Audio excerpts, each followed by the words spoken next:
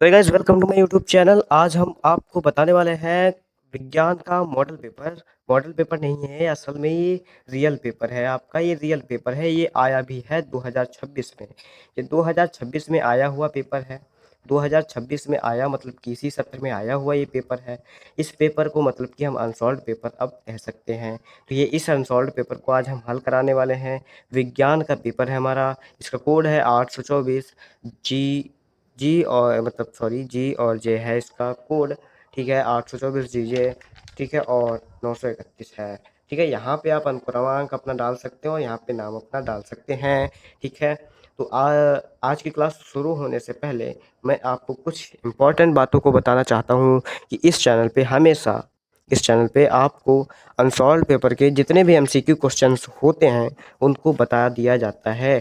ठीक है, तो आइएगा और अपने सारे क्वेश्चंस को क्लियर कीजिएगा। तो अगर आप यूपी बोर्ड से पढ़ते हैं तब तो बेहतरीन है कि आप ज़रूर आइएगा। ठीक है, तो आज का पहला क्वेश्चन है हमारा खंड आ का है। खंड कौन सा है? फर्स्ट है, मतलब कि है ना, पार्ट ए है ना, खंड आ है। तो इसमें बहुविकल्पी प्रश्न है, तो बहुविकल्पी प्रश्न ही हम आपको मतलब कि एमसीक्यू मतलब कि यहाँ पे आपको एमसीक्यू का फुल फॉर्म भी मिल जाता है। ये एम उठा लिया जाता है, ये सी और ये क्यू। ठीक है, तो ये अभी आपको ठीक है। तो फिर आपका पहला प्रश्न है कि पानी में आंशिक रूप से डूबी पेंसिल मुड़ी दिखाई देती है, इस घटना का कारण क्या हो सकता है? ये आपसे पूछा गया है। ये घटना क्यों होती है? ओके, ये घटना क्यों होती है आपसे पूछा गया है भाई साहब। तो आप बताइए। तो आपको बताने से पहले मैं आपको कुछ बता देता हूँ। जैसा कि मान लो ये हमारा एक क्या है भाई साहब, एक टब या गिलास है। एक टब या गिलास है, कांच का गिलास है। इसमें हमने भर दिया पानी। ये देखो भाई साहब, हम पानी भर रहे हैं। एक सेकेंड, बस अभी पानी ही भर रहे हैं। ठीक है, तो ये हमारा क्या हो गया, पानी। इसमें ये क्या है, पानी भर दिया हमने। भर दिया पानी भाई साहब, इसमें भर दिया पानी हमने। ओके, इसमें पानी भर दिया। एक सेकेंड, बस इसमें ये लो भाई साहब, पानी भर दिया। अब ये जो आपको नीला नीला दिख रहा है, ये मान लो कि पानी है। इस पानी में हमने एक क्या डाला, एक पेंसिल डाली। तो ये पेंसिल तो ऐसी दिखनी चाहिए थी, ऐसे ऐसी पेंसिल कुछ दिखनी चाहिए थी। लेकिन ये पेंसिल ऐसे सीधी इतनी बड़ी थी। तो इतनी बड़ी ऐसे ना दिख करके ऐसे दिख रही थी मेरे को। तो ये इस घटना का कारण क्या है, यही हमसे पूछा गया है। तो इस घटना का कारण क्या है कि ये ऐसी कुछ पेंसिल दिख रही है। यहाँ पे चित्र अच्छे से बन नहीं पा रहा है, आप देख सकते हो। ठीक है, तो इस घटना का कारण क्या है ये हमको बताया गया। तो इस घटना का कारण अपवर्तनांक होता है, आपने चैप्टर्स में पढ़ा होगा।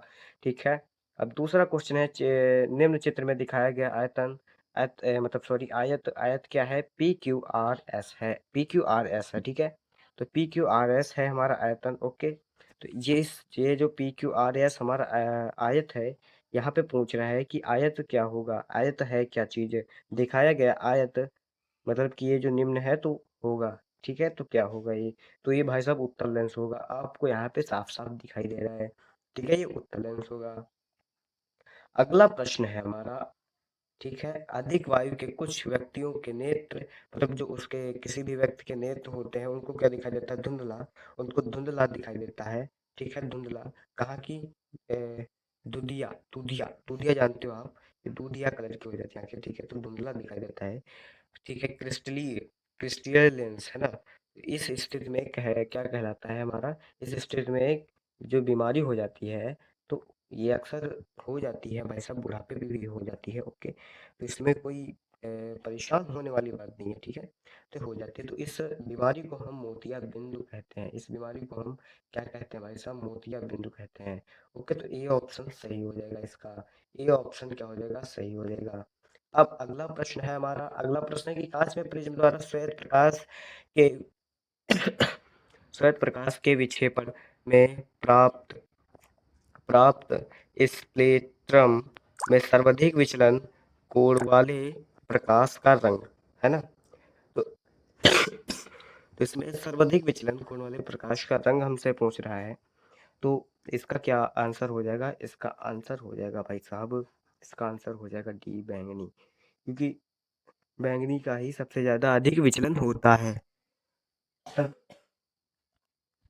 ओके, अगला क्वेश्चन नंबर हमारा 5 है। किसी विद्युत परिपथ में प्रतीक प्रदर्शित करता है। किसी विद्युत परिपथ में प्रतीक को प्रदर्शित करता है। तो 5वां नंबर हमारा क्वेश्चन है भाई साहब कि ये जो प्रतीक है, ये किस विद्युत परिपथ में क्या करता है? प्रतीक करता है। प्रतीक, ये एक प्रतीक है जिससे हम पता लगा सकते हैं कि ये क्या चीज़ है। तो ये प्रतीक है, ठीक है? तो 5 नंबर हमारा क्वेश्चन है, ठीक है? 5 नंबर ये क्वेश्चन है, आप इसका आंसर दे सकते हो। ये कहाँ पे होता है भाई साहब? तार संधि में होता है। कहाँ पे होता है? तार संधि में होता है, ओके?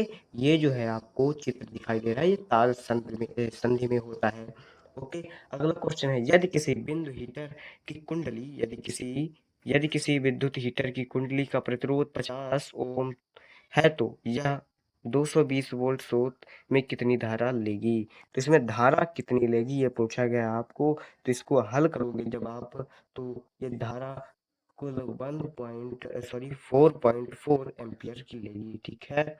4.4 एम्पियर की धारा लेगी, ओके?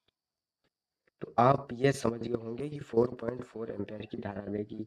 अब हमारा 7 नंबर क्वेश्चन है कि किसी क्षैतिज शक्ति संचरण लाइन मतलब कि पावर लाइन में परिश्रम से पूर्व दिशा की ओर वैद्युत धारा प्रवाहित हो रही है। वैद्युत धारा प्रवाहित हो रही है, ठीक है? तो ये पूरा का पूरा क्वेश्चन है हमारा कि पूर्व सिरे से अवलोकन क्या है? पूर्व सिरे से अवलोकन, इसको थोड़ा समझना कठिन हो सकता है क्योंकि ये बहुत बड़ा क्वेश्चन है, ठीक है? करने पर तार के ऊपर या नीचे किसी बिंदु पर चुंबकीय क्षेत्र की दिशा होगी। तो चुंबकीय क्षेत्र की दिशा हमसे पूछ रखा है, तो चुंबकीय क्षेत्र की दिशा हमारी क्या हो जाएगी भाई साहब? चुंबकीय क्षेत्र की दिशा हमारी क्या हो जाएगी? बी ऑप्शन इसका ऑप्शन द राइट ऑप्शन हो जाएगा। बी ऑप्शन इसका राइट ऑप्शन हो जाएगा, ठीक है? क्योंकि इसमें इसी में लिखा है कि तार के लंबवत तल के, तो मतलब तार के लंबवत होगी। तार जो होता है हमारा वो उसके लंबवत होगी, बाकी वामावर्त होगी, ठीक है? ठीक है? तो इसमें ऑप्शन आपका बी सही हो जाएगा, ओके? इसको थोड़ा सा पतला कर लेते हैं क्योंकि आपको दिक्कत हो सकती है, ओके? अब अगला प्रश्न है हमारा प्रश्न नंबर 8। तो ये पार्ट ए का सेक्शन सेकंड आ गया है, ठीक है? तो क्या लिखा है? तनु NaOH विलयन का पीएच मान लगभग कितना होता है? जो NaOH का पीएच मान कितना होता है? 7 से कम या 7 से अधिक, है ना? 7 से कम या 7 से अधिक, है ना? तो आपको बताएं 7, 7 से कम, 7 से अधिक या इनमें से कोई नहीं। तो 7 से अधिक होता है, लगभग में 7 से अधिक अधिक ही होता है। कम तो होने वाला नहीं, 7 हो सकता है लेकिन 7 से अधिक होता है। ज्यादातर केसेस में 7 से अधिक होता है, अधिक होता है, ओके? क्लियर है कि 7 से अधिक होता ही होता है। तो अल्कोहल में अल्कोहल में प्रकार्यात्मक समूह है। अल्कोहल में प्रकार्यात्मक समूह क्या है भाई साहब? प्रकार्यात्मक समूह क्या है? तो अल्कोहल में मतलब OH लगा होता है।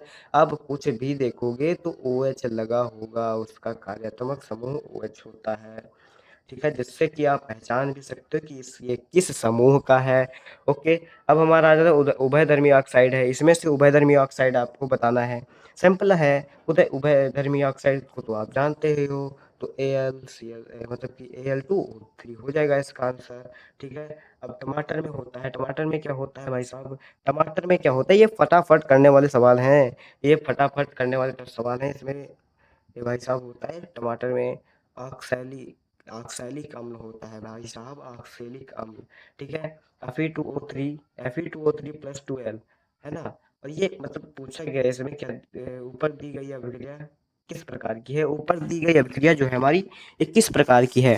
तो आप इसको देख के ही तुरंत बता सकते हो, आप इसको देख के ही तुरंत बता सकते हो। थोड़ा सा नजर डालो भाई साहब की विस्थापन अभिक्रिया, क्योंकि इसमें एक अणु दूसरे अणु को विस्थापित कर रहा है। Al हमारा O3 के साथ जुड़ रहा है, तो ये विस्थापन अभिक्रिया ही तो हुई, ये विस्थापन अभिक्रिया ही तो हुई, है ना?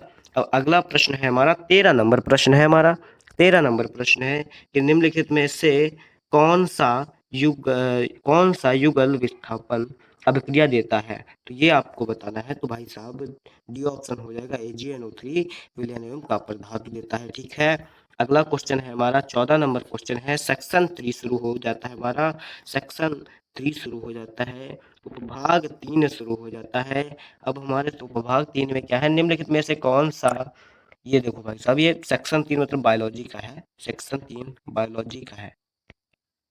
तो निम्नलिखित में से कौन सा पादप हार्मोन है, आपको पादप हार्मोन बताना है कि पादप हार्मोन कौन सा है भाई साहब। तो पादप हार्मोन मतलब पादप हार्मोन हो जाएगा हमारा सेक्शन 3 का 14 नंबर क्वेश्चन है। तो पादप हार्मोन हो जाएगा हमारा साइटोकाइनिन। ये ऑप्शन में दे रखा है ए बी सी, नहीं डी ऑप्शन में दे रखा है, तो D option the right option हो जाएगा हमारा, ठीक है। तो 15 नंबर क्वेश्चन है, एक स्थलीय मतलब ये सभी इसमें क्या है कि पूछा गया है आपके जो स्थलीय पारितंत्र में हरे पौधे की पत्तियों द्वारा सौर ऊर्जा का कितना भाग खाद्य ऊर्जा में परिवर्तित होता है। यह आपसे पूछा गया है कि कितना भाग खाद्य ऊर्जा में परिवर्तित होता है। तो फिर भाई साहब हमेशा आपको पता होना चाहिए, हमेशा आपको पता होना चाहिए कि 1%, कितना, 1%, कितना होगा भाई साहब, 1% होगा। ओके। अगला है एक लिंग पुष्प है, एक लिंगी पुष्प क्या होता है, एक लिंगी पुष्प जिसमें एक लिंग होता है। अब कह दो भाई साहब एक लिंगी पुष्प आपको समझने के लिए क्लास करनी पड़ेगी ना। एक लिंगी पुष्प आपका तो गुड़हल का होता है, आपका तो गुड़हल का होता है। तो ये भाई साहब गलत है, क्योंकि बहुत सारे बच्चे गुड़हल का ही लगा देते हैं। गुड़हल में नर और मादा दोनों होते हैं, इसलिए द्विलिंगी पुष्प होता है, ये द्विलिंगी पुष्प होता है। ये भी द्विलिंगी होता है, ये भी द्विलिंगी होता है। तो बचा कौन सा हमारा, पपीता। तो पपीता एक लिंगी होता है, ये आप ध्यान रखिएगा। ओके। अगला क्वेश्चन है हमारा, क्वेश्चन नंबर 17 है कि तीन कोष्ठीय हृदय पाया जाता है। तो तीन कोष्ठीय हृदय किसमें पाया जाता है भाई साहब, तीन कोष्ठीय हृदय किसमें पाया जाता है, किसमें पाया जाता है, किसमें किसमें किसमें, तो सांप में पाया जाता है, सांप इसमें है ही नहीं, ठीक है। तो यहाँ पे बी ऑप्शन सही हो जाएगा, ठीक है। अगला ऑप्शन है हमारा, हाइड्रा में प्रजनन होता है, हाइड्रा में जो होता है प्रजनन होता है, प्रजनन, तो हाइड्रा में प्रजनन होता है, इसका आपको आंसर देना है। तो कैसे होता है हाइड्रा में प्रजनन भाई साहब, मुकुलन द्वारा प्रजनन होता है, ए ऑप्शन सही हो जाएगा, ठीक है। अगला है हमारा, आहार नाल का सबसे लंबा भाग है, आहार नाल का सबसे लंबा भाग है भाई साहब, ये 19 नंबर क्वेश्चन है, 19 नंबर क्वेश्चन है कि आहार नाल का सबसे लंबा भाग है, आहार नाल का सबसे लंबा भाग है, कमेंट में बताइएगा, आप जरूर बताइएगा, बिना देखे बताइएगा, मैं बता तो दूंगा आंसर आपको, लेकिन आप जरूर बताइएगा कि 19 नंबर क्वेश्चन का आंसर क्या होगा। 19 नंबर क्वेश्चन का आंसर क्या होगा, बहुत आसान है भाई साहब, आहार नाल का सबसे लंबा भाग क्षुद्रांत होता है। क्षुद्रांत मतलब कि छोटी आंत, बड़ी आंत, तो इसमें छोटी आंत नहीं होगा, बड़ी आंत जो होती है हमारी, जो ऐसे कुछ होता है हमारा, एक सेकंड, ऐसे ऐसे कुछ होता है, ऐसे हमारा कुछ चित्र बना होता है। ओके। तो यहाँ पे गुहाद्वार होता है, यहाँ पे गुहाद्वार होता है, इसके अंदर जो होती है, इसके अंदर जो होती है उसे ही हम क्षुद्रांत कहते हैं, उसे ही हम क्षुद्रांत कहते हैं। ओके।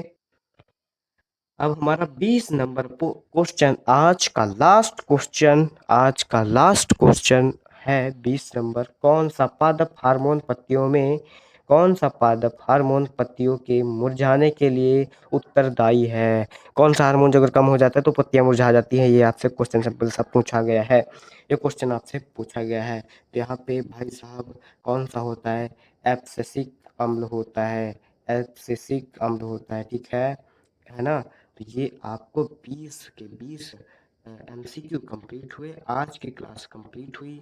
अब हमारा आ जाता है उपखंड बा, उपखंड बा आ जाता है भाई साहब। तो उपखंड, सॉरी, उपखंड बा आ जाता है हमारा, मतलब कि उपखंड बा का सेक्शन ए रहता है, इसमें फिजिक्स केमिस्ट्री बायोलॉजी आपको मिलती है, ठीक है। जैसे कि उसमें मिले थे हमारे 3 खंड होते हैं, वैसे इसमें भी होते हैं 3 खंड, है ना, वैसे ही इसमें भी होते हैं। तो ये देखो, ये तो क्वेश्चन सबसे आसान है। तो इसमें क्या पूछा है, परिपथ में तुल्यधारा आयतमान परिकलित कीजिए। मैं आपको पूरा का पूरा पेपर दिखा देता हूँ, बाद में आप अपने क्वेश्चन को प्रैक्टिस कर लेना, ठीक है। तो देख सकते हो आप, यहाँ से मैं आपको दिखाता हूँ, एक सेकंड। ये देखिए पहला क्वेश्चन है हमारा, स्क्रीनशॉट ले लीजिए, 2 मार्क्स का है हमारा क्वेश्चन, 2 मार्क्स का क्वेश्चन है। स्क्रीनशॉट ले लीजिए फटाफट से, स्क्रीनशॉट ले लीजिए, आप ले लीजिए। ये हमारा क्वेश्चन है भाई साहब, ये क्वेश्चन है, स्क्रीनशॉट ले लीजिए फटाफट से। पहला क्वेश्चन, दूसरा क्वेश्चन, तीसरा क्वेश्चन, ओके, चौथा क्वेश्चन ये रहा, सॉरी, दूसरा, तीसरा, चालू हो रहे हैं भाई साहब, स्क्रीनशॉट लेते रहिए।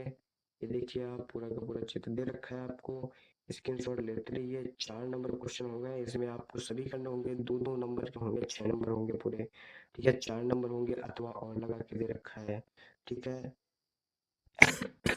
2-2 मार्क्स के होंगे, स्क्रीनशॉट फटाफट से लेते रहिए आप। ये सेक्शन बी दे रखा है आपको, इसमें पूरे के पूरे आपको 4 नंबर मिलते हैं, ठीक है। 4 नंबर और 4-4 2-2 नंबर के भी हैं क्वेश्चन, इसमें 1-1 नंबर का भी क्वेश्चन है यहाँ पे। आप स्क्रीनशॉट फटाफट से लेते रहिएगा। तो हमारा खंडवा शुरू हो जाता है, ठीक है। तो ये हैं पूरे के पूरे आज के प्रश्न, और ये आज के प्रश्नों के साथ हमारा सेक्शन खत्म होता है, हमारा सेशन खत्म होता है, हमारा लेक्चर खत्म होता है। तो अभी आप इन सभी लॉन्ग क्वेश्चंस की भी प्रैक्टिस कर लेना। ये 6 नंबर का भी आते हैं, 6 नंबर का भी आता है। मानो हार्मोन पर निबंध लिखिए, निबंध लिखने को बोल दिया है भाई साहब आपको साइंस में, बायोलॉजी में निबंध लिखने को बोल दिया है। आप ये ध्यान रखिएगा, निबंध भी आते हैं, निबंध भी आते हैं। तो निबंध भी 1-2 तैयार कर लेना किसी न किसी पर, ठीक है। जैसे हार्मोन है तो हार्मोन पे आया है, ऐसे मैं सारे पेपर्स कराऊंगा, तो उसमें आपको जो सही लगे वो निबंध जरूर तैयार कर लेना, ठीक है। और जो अगर आप अभी हमारे चैनल पर नए हैं तो इस चैनल को सब्सक्राइब बहुत जल्दी कर लीजिए, क्योंकि इस चैनल पे अभी तक सब्सक्राइबरों की संख्या बहुत कम है।